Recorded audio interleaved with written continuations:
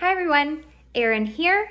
I'm signing on to discuss the two articles that were assigned this week along with our textbook reading. So the two articles that we read this week were Why Every Organization Needs an Augmented Reality Strategy and Don't Let Big Data Bury Your Brand. So the first article talked about why every company needs augmented reality. So I just wanted to start at really what is augmented reality and how it applies into businesses and why this would be important for high-level marketers. So at the core, augmented reality, based on the article, says that it transforms volumes of data and analytics into images and animations that are overlaid onto the real world. It talks about it translates 2D information into 3D information. Simple AR applications that are used today that it talks about that we are already familiar with is things like Snapchat filters or Pokemon Go. But it says that AR has been implemented everywhere across organizations, from safety to training to potential safety collision applications that can be seen in some new cars that are out today. It also talks about wearable AR devices for factory workers in order to increase productivity and potentially in the future could even replace having manuals.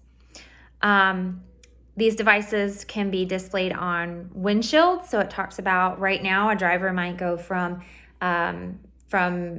the looking at the road to looking at their device in order to follow navigation, but the future would be that you would see it on your windshield so that you wouldn't have to take your eyes off the road. So it has a lot of safety advantages as well.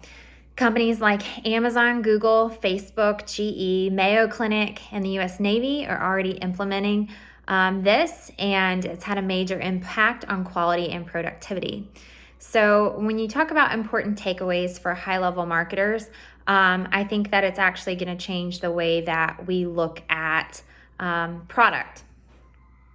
So it talks a little bit in the article about how product and the way that customers are going to be able to view product is going to be, you're going to be able to change the color, or it could potentially even replace brick and mortar stores in the future. So really, those marketers need to be focused on how do they invest in AR and showing their brand.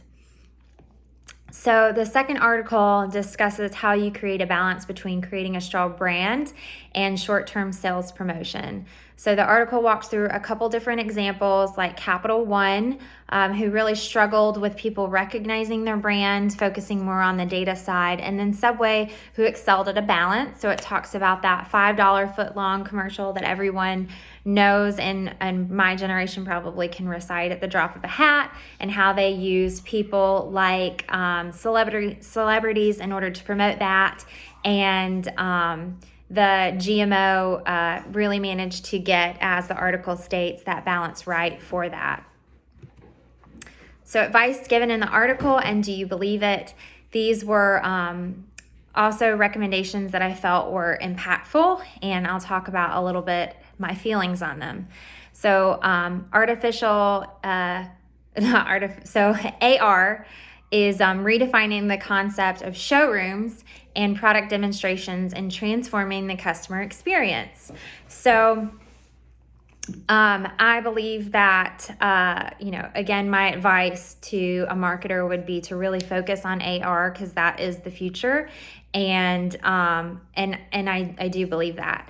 When customers can see virtually how products will look and function in real life setting before buying them, they are more accurate expectations, more confidence about the purchase, and a greater product satisfaction. Absolutely. There's so many times that you are shopping and you order something, especially off of Amazon. I can't imagine how much the returns on Amazon are year over year. But sorry, you guys might see my daughter coming through. This is...